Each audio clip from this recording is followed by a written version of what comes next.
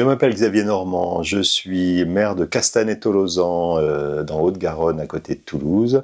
Je suis membre associé du bureau du SICOVAL, qui est la communauté d'agglomération en charge des déchets et de l'économie circulaire, et vice-président du syndicat mixte de traitement des déchets d'Ecocet à l'échelle de la grande agglomération toulousaine. Voilà, je suis élu depuis 2020. J'étais auparavant consultant sur les sujets de développement urbain durable, etc. J'ai été directeur de la mission Ville Durable à la ville de Grenoble dans une vie antérieure. Voilà, j'ai été élu dans le cadre d'une liste citoyenne et participative désignée par le collectif dans le cadre d'une élection sans candidat pour être tête de liste. Et on fait vraiment fonctionner aussi la coopération de manière très très importante et à l'échelle de l'équipe d'élus. Les 25 élus de la majorité ont des délégations, on travaille dans cet esprit-là, on travaille la coopération avec les agents de la collectivité territoriale. Donc voilà, notre directrice générale des services a été aussi en formation en diplôme universitaire sur accompagner les transitions dans les territoires.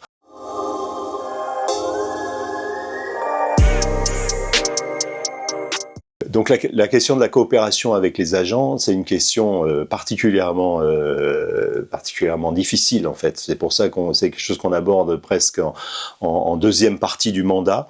On travaille actuellement dans le cadre de projets d'administration. Donc qu'est-ce que c'est que le projet d'administration ? C'est la manière dont le projet politique est traduit dans le système de l'administration territoriale, et donc là c'est un peu la question de comment se nourrissent de projets. On travaille là-dessus, on est accompagné par un cabinet de Lille qui s'appelle Execo, et j'entends des choses alors ils sont pas spécialement dans l'EFC, mais ils sont beaucoup dans la question de la coopération, et justement beaucoup donc voilà, il y a des résonances pour le dire simplement avec l'EFC. Alors moi j'avais entendu parler de l'économie de la fonctionnalité, tout simplement, dans le cadre des questions sur l'économie circulaire, sur comment améliorer le métabolisme de nos sociétés. Et puis j'ai découvert l'EFC en fait peu de temps après avoir été élu, parce qu'au niveau du SICOVAL, donc Jérémy Gadec notamment, technicien chargé de mission sur le zéro déchet, zéro gaspillage et autres, est très très très affûté sur la question de l'EFC. Il s'était formé et on a donc j'ai découvert qu'il y avait ce cadre-là. J'ai découvert aussi Terre de FC Occitanie et Élodie Guyot. Donc j'ai été curieux de ça. Et je suis venu à l'université de l'EFC à Tourcoing en 2021. Donc, qui a été pour moi un peu l'occasion de découvrir un écosystème, de découvrir des acteurs, de faire des liens aussi avec cette tradition beaucoup dans le nord de la France. Donc, j'étais pas étonné de découvrir qu'il y avait le Club Noé. Il y a une manière de travailler dans le tissu économique et associatif qu'on connaît moins dans le sud-ouest. C'est pas les mêmes histoires et autres, mais d'où l'intérêt aussi de s'inspirer. Et donc ça avait été ce moment-là de me dire tiens, c'est vrai que dans la politique économie circulaire du SICOVAL, puisque c'est là qu'on a et en même temps la question des déchets et le développement économique, c'est à l'échelle de la communauté d'agglomération. Je me suis dit, bon, effectivement, si on pouvait mettre un ingrédient EFC dans notre politique économie circulaire, ça serait sympa. D'autant que finalement, cette politique économie circulaire, elle se cherche depuis un petit moment, parce qu'en gros, elle avait deux grandes polarités. Soit elle était très centrée sur les déchets, donc voilà, qu'est-ce qu'on peut faire de nos déchets ? Donc c'est très bon, mais pourtant l'économie circulaire c'est beaucoup plus que ça.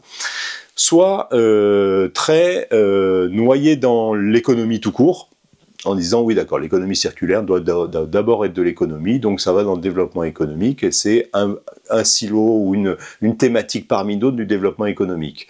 Sauf que quand on dit parmi d'autres, et que en fait elle est souvent un petit peu à la traîne, surtout qu'à l'échelle d'un territoire où nous on n'a pas de grosse industrie, etc., qui est un petit territoire, c'est 36 communes, les questions d'économie circulaire un peu classiques, ou surtout par exemple d'écologie industrielle et territoriale, se posent très très mal. parce que nos cycles, ils sont trop, on n'arrive pas à boucler des cycles matériels ou énergétiques à l'échelle d'un tout petit territoire comme ça.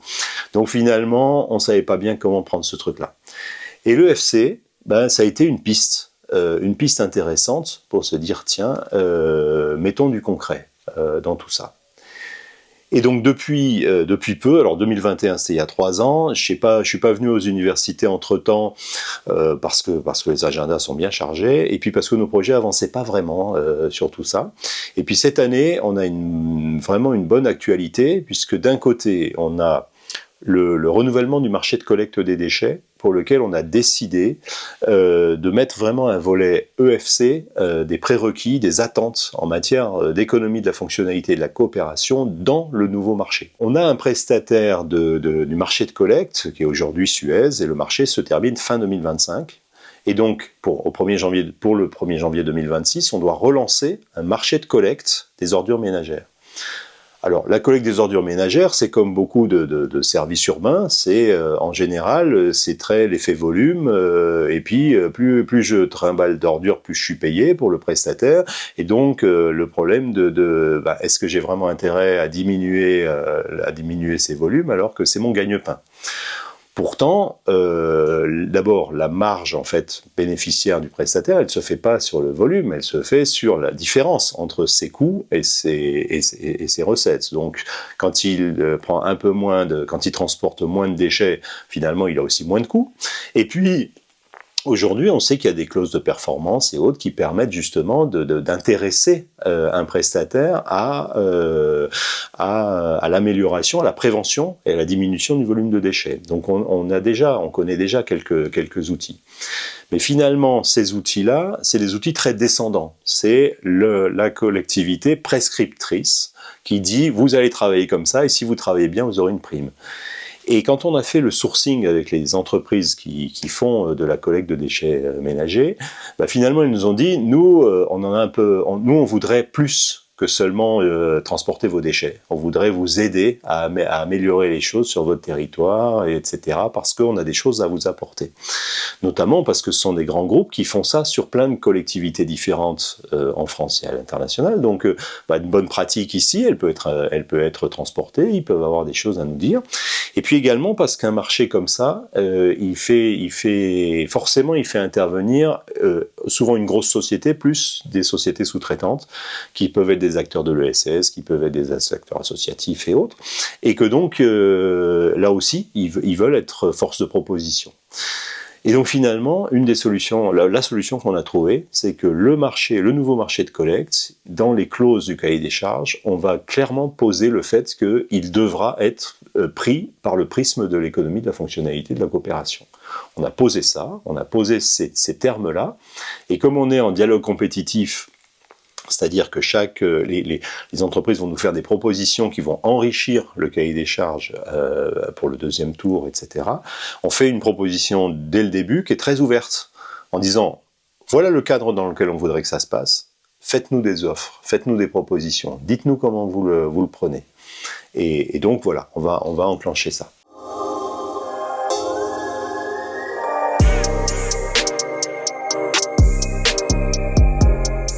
L'habitant dans tout ça, c'est le bénéficiaire du service. Et en fait, le service public de gestion des déchets au Sicoval, il a beaucoup bougé dans le passé récent, puisqu'on est passé en ce qu'on appelle redevance incitative à un moment en 2016. Donc on pèse, on mesure le nombre de fois où les containers sont relevés et les usagers payent en fonction du nombre de fois où ils ont été donc en gros en fonction de la quantité de déchets qu'ils produisent. Et ce système-là, qui est un système de signal-prix, quelque part, il a quand même été extrêmement efficace. Puisqu'on est aujourd'hui, en Sicoval, on génère à peu près 135 kilos d'ordures ménagères par personne et par an à l'échelle du territoire, et que la moyenne dans le Grand Toulouse, c'est plutôt 250 kilos. Donc on a une très très grosse amélioration de la performance. Alors il y a un double effet, il y a l'effet effectivement de sensibilisation, d'animation qu'on a toujours fait, mais qu'on a continué à augmenter. Et puis il y a ce signal prix lié à la redevance incitative. Ça, c'est des éléments de cohérence. Pour autant, le signal prix, on sait qu'il a un impact et aussi des limites. Il y a des gens, ils sont complètement à côté, ils voient même pas, ils savent même pas qu'ils payent une facture, etc. Il y a des gens, pour eux, c'est pas un sujet. Enfin, bon. Et pourtant, on voudrait bien les embarquer aussi dans cette dynamique territoriale. Et c'est là que on se dit, ça serait intéressant que l'opérateur qui ramasse les poubelles tous les jours, notre opérateur de collecte, il porte aussi le message de la prévention et de la diminution des déchets. Et qu'on n'ait pas d'un côté les gens qui ramassent les poubelles et de l'autre côté l'institution qui est en train de dire s'il vous plaît, diminuez vos volumes. En fait, tout ça, c'est un tout. Et ça peut se faire à l'intérieur d'un ensemble coopératif. Et puis, les sociétés spécialisées dans la collecte, alors j'ai cité Suez qui est notre prestataire d'aujourd'hui, il y a Suez, il y a Veolia, il y a Paprec, et puis il y a des plus petits, il y a au moins ces trois gros-là, nous disent, mais nous, on a justement, on a des solutions pour faire aussi de la prévention, on a des solutions pour faire en sorte qu'on gagne pas moins d'argent en marge quand les volumes diminuent, etc., etc. Donc on voudrait bien en parler avec vous. Et c'est là qu'on est rentré effectivement dans ce dialogue de coopération. On est adhérent de Terre de FC Occitanie et d'une façon générale, forcément les prestataires, enfin les soumissionnaires qui vont proposer de reprendre ce contrat, eux, ils peuvent se renseigner par eux-mêmes puisqu'on utilise ce terme économie de la fonctionnalité de la coopération. Donc ils savent, ils tapent sur Internet, ils tombent sur l'institut, ils savent, etc. Ils peuvent aller à la pêche, ils savent qu'il y a un référentiel là derrière, ils savent qu'il y a de l'accompagnement, ils savent, voilà. C'est aussi leur laisser leur part dans la relation et dans le dialogue. Mais forcément, si ils nous demandent un peu qu'est-ce qu'on entend par là, etc., on a évidemment aussi les outils et l'accompagnement qui est le nôtre.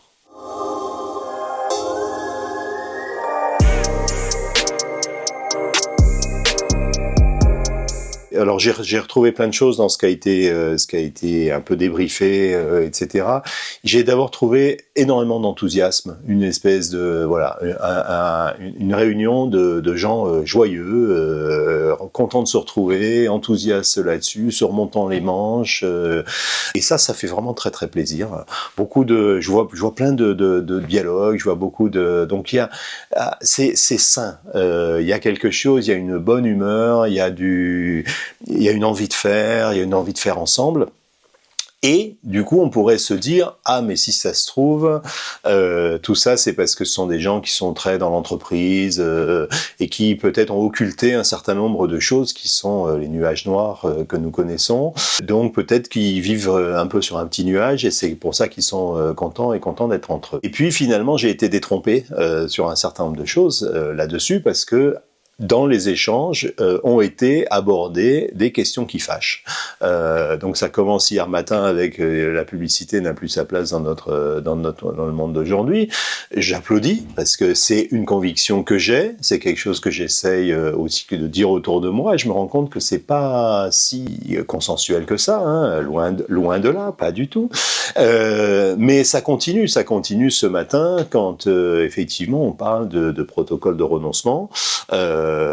Et qu'on se dit, oui, tiens, il y a des choses qu'il va falloir arrêter de faire, et comment on en débat, et comment... Donc là, j'ai compris qu'on est quand même dans des vrais sujets qui sont des sujets costauds, sur effectivement la réorientation des grands déterminants de nos sociétés. Et je peux vraiment témoigner que dans les cercles habituels de chefs d'entreprise, on n'entend pas souvent ce genre de choses, voire même les termes alors décroissance, n'en parlons pas, mais même résilience est un mot gâchette parfois, que les gens disent oula, mais vous êtes en train d'être sur le repli sur soi, ou bien vous êtes déjà dans une vision un peu désespérée des choses. Ça a encore renforcé mon sentiment, ma joie d'être ici, parce que non seulement les gens qui sont là sur ces 2 jours sont de bonne humeur, prêts à discuter avec le sourire et à se remonter les manches, et en plus ils n'occultent pas les questions clés qui sont à mon avis très très importantes aujourd'hui. Donc je me suis senti en bonne compagnie. y compris, alors moi je suis militant écologiste, c'est vrai que dans les journées d'été des écolos ou autres, on a l'habitude, j'ai l'habitude de me sentir à peu près conforté, mais là j'ai bien compris qu'il y a beaucoup de gens qui se diraient pas écolos, au sens politique du terme. On se retrouve assez vite aussi avec des petits sujets du genre l'écologie n'est ni de droite ni de gauche, donc qui seraient des bons sujets de débat. C'est vrai que économie et écologie ont été largement abordés dans leur couplage, dans leurs questions.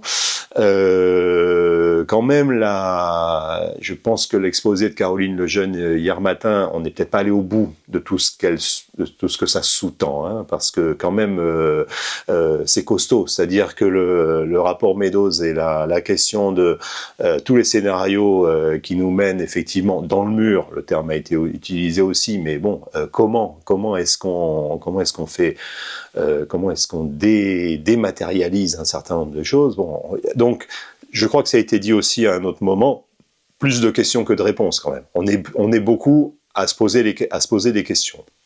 Mais c'est très bien. Je veux dire, déjà c'est le premier pas.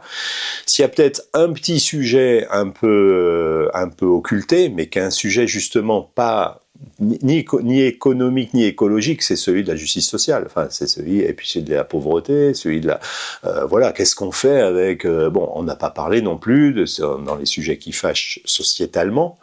On n'a pas parlé de migration, on n'a pas parlé donc de questions d'accueil et autres. Alors moi, je fais des liens avec d'autres choses. Il se trouve que notre collectivité, enfin ma commune, on a adhéré à l'ANVITA, l'Association nationale des villes et territoires accueillants. La question de l'accueil, et l'accueil, c'est accueillir la différence, mais c'est évidemment accueillir aussi les migrants sous diverses formes, puisque le président historique, c'est Damien Carême, donc ex-maire de Grande-Synthe, le problème de la jungle de Calais et autres qu'on connaît bien. Une autre coprésidente aujourd'hui, c'est Jeanne Barséguian, qui est la maire de Strasbourg. Quand on est à Strasbourg et que les Allemands commencent à positionner la question de redemander les papiers d'identité à l'entrée de la frontière, ça pose question, etc.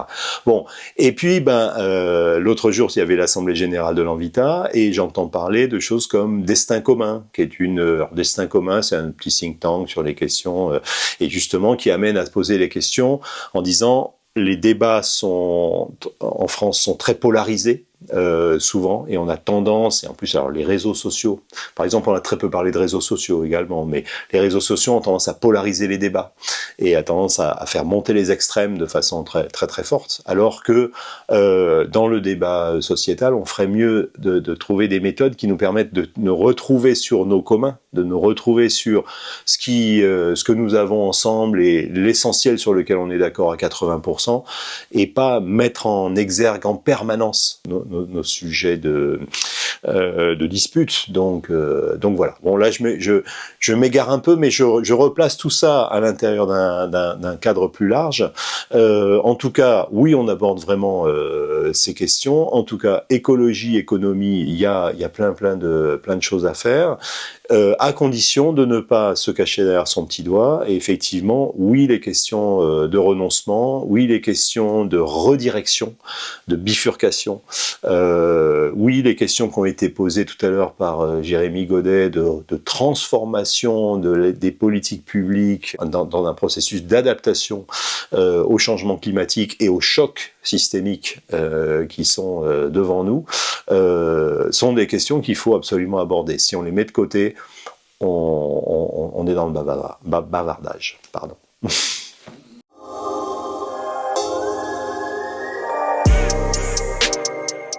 Ouais, ça m'amène deux réflexions. La première, c'est qu'effectivement, oui, à l'échelle d'une ville, on fait de l'économie, de la fonctionnalité, de la coopération. En fait, alors souvent, on fait pas de l'économie au sens classique, puisque typiquement, quand on est dans les services publics, on n'est pas tellement dans une relation le vrai prix et il n'y a pas de profit. Donc, parfois autour des services publics et du secteur également associatif et autres, on peut avoir presque l'impression qu'on vit en dehors du capitalisme. C'est une illusion, mais on vit quand même un petit peu dans un couloir parallèle, quoi, dans lequel effectivement, une collectivité, elle fait pas de profit, elle a un modèle économique qui est différent, elle récupère de la fiscalité, elle rend des services collectifs, elle fait de la redistribution réelle. Elle est dans ce prisme-là, qui fait d'ailleurs qu'on a tendance à opposer beaucoup le privé au public, le service public à l'économie. On dit non mais là c'est et on a tendance vraiment en général à sectionner ces deux choses. Donc oui, en fait on en fait beaucoup. On a beaucoup ce prisme-là, la fonctionnalité, c'est quel service réellement on rend aux personnes. Nous, on vend pas des produits, donc on vend de la fonction. Et la coopération, ça c'est quelque chose qu'on développe beaucoup, en fait, à travers le milieu associatif. Dès on va créer des événements qui vont être, où chacun va prendre sa part. Le 50-50 de Los Angeles, c'est un élément évident. Et alors, c'est une idée, c'est simple comme l'œuvre de Christophe Colomb. Enfin, je veux dire, et en même temps, quand on a commencé à mettre le doigt dessus, tiens, ça nous ouvre des perspectives parce qu'on se dit, on va en parler comme ça, comme vous faites notre part, on fait notre part et on se retrouve et tout ça est créateur de valeur. Donc oui, on est très très habitué à ça. Sur la politique, alors ça va m'amener à deux réflexions. Sur la question de la politique et de la recherche un peu des boucs émissaires ou autres, en fait, il y a beaucoup dans les collectivités des questions d'échelle. L'échelle d'une commune, on peut se parler, on voit de quoi on parle, et en plus on est sur le terrain, etc. L'échelle nationale, évidemment, les gens se sentent très très loin de tout. Ils ont l'impression que nos gouvernants sont très loin d'eux-mêmes. Donc voilà, et probablement que Gilets jaunes, émeutes de 2023 et autres, c'est beaucoup d'explications par la distance perçue, la distance la distance réelle dans un certain nombre de cas. Donc après il y a du sentiment de mépris, de déclassement, de autres qui sont beaucoup liés à ça. Moi j'ai pas le début de la réponse sur ces questions-là, si ce n'est qu'effectivement peut-être comme ça a été dit à un moment, que les marges nourrissent le centre plutôt que le contraire, et que les territoires nourrissent effectivement la politique plutôt que le contraire. On a une vraie crise là-dessus. On a parlé de crise démocratique au sens large, mais par exemple, en théorie en France, l'Assemblée qui représente les territoires, c'est le Sénat. Or, le Sénat est totalement dysfonctionnel. On est au bout d'un système, quoi. Donc ça, c'est une chose importante. Oui, de toute façon, la revitalisation, elle vient des territoires. Elle va venir de plein d'initiatives. Aujourd'hui, on s'aperçoit qu'effectivement, les initiatives sont là, elles sont sur les petits territoires, et ensuite, c'est la mise en réseau de tout ça. Et c'est ça qui inspire une vision plus haute. Et je pense qu'il faut continuer à être là-dessus, parce que la confiance, la coopération, qui sont, c'est des choses qui ont un sens concret à une échelle territoriale et qui deviennent abstraites quand on va trop loin. Donc la question de comment on passe de la petite échelle à des échelles plus consolidées, c'est une question qu'il faut se reposer. La République est à refonder quelque part. Ça, j'en suis convaincu. Alors, un petit retour sur la question de est-ce que dans une ville on fait de l'EFC ? Donc oui, on peut faire de l'EFC, c'est ce que je disais. En même temps, et je pense que moi c'est un point que je vais retenir également de l'université, c'est de faire attention.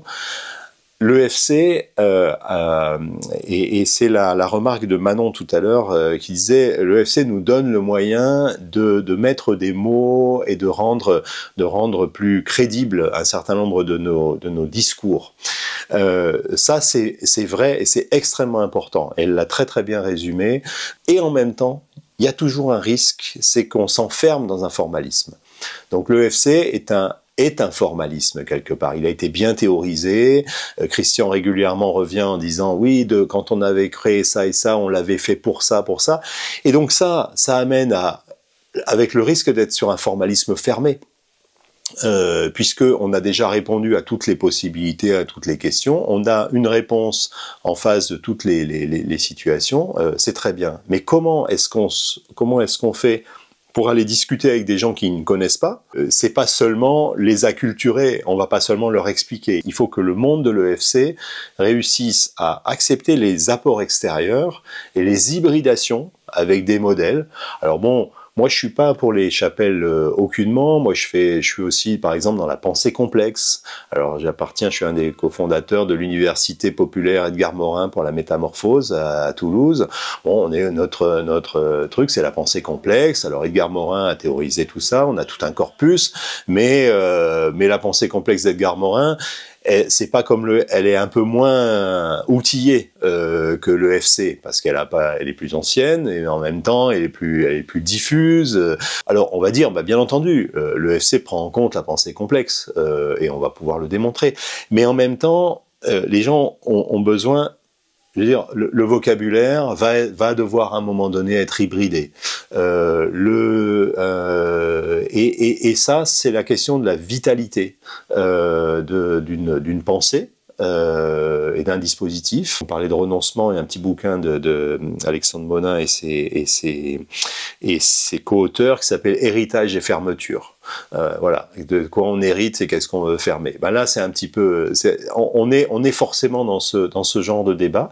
Quand les systèmes sont vivants, se pose la question de leur hybridation et de leur transformation avec le temps. Et je pense qu'on est dans ce processus.